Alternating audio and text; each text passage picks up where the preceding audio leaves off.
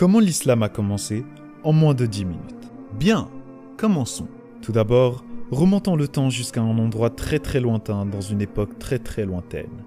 La Mecque, en Arabie, en l'an 570. La Mecque est importante pour deux raisons. Premièrement, la Kaaba, un édifice consacré à l'adoration d'Allah subhanahu wa ta'ala. Deuxièmement, la naissance du prophète sallallahu alayhi wa sallam. Mais il y a un problème. Nous en reparlerons plus tard dans la vidéo, mais pour l'instant, voici son prénom en arabe. À l'époque, la Mecque était un endroit sans foi ni loi, où le seul moyen d'être en sécurité était d'avoir un clan, plein de riches frères qui s'occuperaient de quiconque se dresserait sur votre chemin. Ce lieu était donc dirigé par des familles faisant pratiquement tout ce qu'elles voulaient. Et la religion n'aidait pas. À cette époque, la Kaaba était entourée de 360 idoles qui ne pouvaient rien pour personne.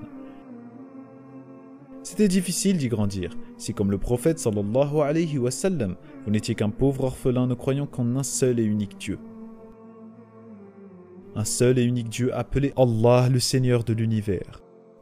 Le père du prophète sallallahu alayhi wa sallam était mort avant sa naissance, et sa mère mourut quand il n'avait que 6 ans. Il fut donc adopté par son grand-père, Abdul Muttalib, puis par son oncle Abu Talib, qui inspirait le respect auprès des grandes familles de la Mecque. Le prophète sallallahu alayhi wa sallam était donc en sécurité, ou du moins pour l'instant. Il travailla d'abord en tant que berger, avant de devenir plus tard un commerçant aguerri en achat et revente de biens. Quand il travailla pour une riche veuve du nom de Khadija, elle fut si impressionnée par son honnêteté et ses compétences qu'elle le demanda en mariage. Un mariage lui apportant soutien et sécurité. Chaque année, durant le mois du Ramadan, il se déroulait une grande fête autour de la Kaaba, durant laquelle les gens faisaient des sacrifices pour leurs idoles. Le prophète sallallahu alayhi wa sallam la détestait. Alors il allait se réfugier dans une grotte en haut des montagnes, en dehors des villes, pour y méditer. Une nuit, alors qu'il y méditait, l'ange Jibril alayhi salam se dressa face à lui et lui dit « Lis ». Mais le prophète sallallahu alayhi wa sallam ne savait pas lire. « Lis » répéta l'ange, mais il ne le pouvait pas. « Lis » répéta l'ange une troisième fois en le serrant si fort que le prophète sallallahu alayhi wa sallam finit par connaître les versets par cœur. Alors il récita le message. « Lis au nom de ton Seigneur qui a créé l'homme d'une adhérence. Lis, ton Seigneur est le très noble, qui a enseigné par la plume, enseigné à l'homme ce qu'il ne savait pas. » C'était un message d'Allah subhanahu wa ta'ala. Dieu lui parlait exactement comme il parlait au prophète qui l'avait précédé, ce qui faisait de lui un prophète, alayhum salam ajma'in. Le message fut transmis durant la suite de la vie du prophète sallallahu alayhi wa sallam. Dieu lui transmettait les versets et il les récitait. Ces paroles étaient écrites par ses compagnons et des années plus tard, elles furent entièrement rassemblées afin de devenir un livre, le Saint-Coran. Quoi qu'il en soit, ce fut des années plus tard, alors revenons à notre fameuse nuit. Le prophète sallallahu alayhi wa sallam commença d'abord par exhorter sa famille, ses amis, puis à tout le monde qu'il n'existe qu'un seul Dieu et que tout le monde doit être traité avec justice. Une fois, le message ne passa pas pour l'une des familles de la Mecque, qui aimait faire ce qu'elle voulait, car voyez-vous, Islam veut dire obéissance à Allah, et Muslim, celui qui obéit à Allah. Mais ces familles aimaient dicter leurs propres règles.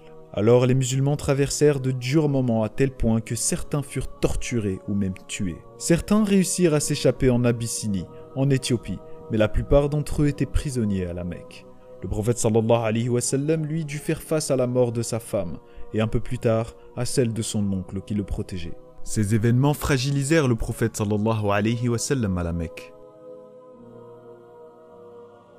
Se sentant mal, il alla prier Allah à la Kaaba une nuit.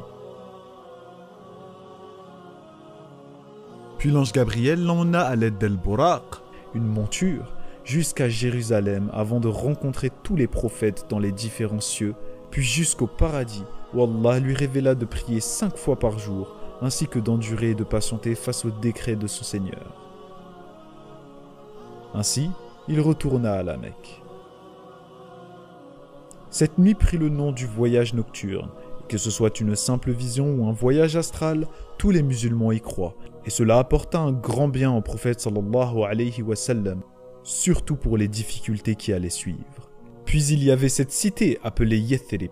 Les gens avaient entendu parler du prophète sallallahu alayhi wa sallam, et ils l'invitèrent à se joindre à eux, lui et ceux qui l'avaient suivi parmi ses fidèles. Les musulmans partirent donc de la Mecque et firent une dangereuse traversée dans le désert jusqu'à Yathrib. Le prophète sallallahu alayhi wa sallam resta avec quelques compagnons à la Mecque jusqu'à ce que chaque musulman soit sorti, puis ils planifièrent leur départ. Mais les riches familles de la Mecque ne voulaient pas qu'ils vivent. Pour le tuer, chaque famille envoya un assassin de sa tribu durant la nuit, mais il n'était déjà plus là quand ils entrèrent dans sa maison au petit matin. Des chasseurs de primes furent envoyés pour le traquer, mais le prophète sallallahu alayhi wa sallam et son meilleur ami Abu Bakr radiyallahu anhu s'en allèrent ensemble jusqu'à Yathrib, mais les traqueurs étaient prêts à tout pour la récompense. Plus tard, ils réussirent à entrer sains et saufs à Yathrib, qui fut renommé Médine pour cette occasion. Mais les problèmes du prophète sallallahu alayhi wa sallam n'étaient pas terminés. 3 grandes guerres éclatèrent entre les musulmans de Médine et les idolâtres de la Mecque. La première était Badr, où le prophète sallallahu alayhi wa sallam et seulement 313 hommes firent face à pas moins de 1000 soldats mécois. De façon miraculeuse, les musulmans l'emportèrent, puis il y eut la bataille du mont Uhud, qui ne se déroula pas comme prévu. Certains des hommes du prophète sallallahu alayhi wa sallam lui désobéirent et ouvrirent une brèche dans les défenses musulmanes. Puis il y eut la bataille des tranchées. Médine était protégée par les montagnes dont 3 de ses côtés. Donc, quand les Mécois attaquèrent de front, les musulmans y avaient construit une tranchée pour stopper leur avancée, et à cause des conditions de la bataille, les soldats idolâtres se résilièrent à abandonner le combat. Ce fut donc une nouvelle victoire pour les croyants. Cette victoire, embarrassante pour les idolâtres, apportèrent le respect des tribus pour l'islam et les musulmans. Un traité de paix fut donc signé à Hudaybiya, mais cela ne dura pas longtemps avant que les Mécois ne le brisent. Pour le prophète sallallahu alayhi wa sallam, ils dépassèrent les limites. Alors il leva une armée de 10 000 hommes pour reprendre la Mecque une bonne fois pour toutes.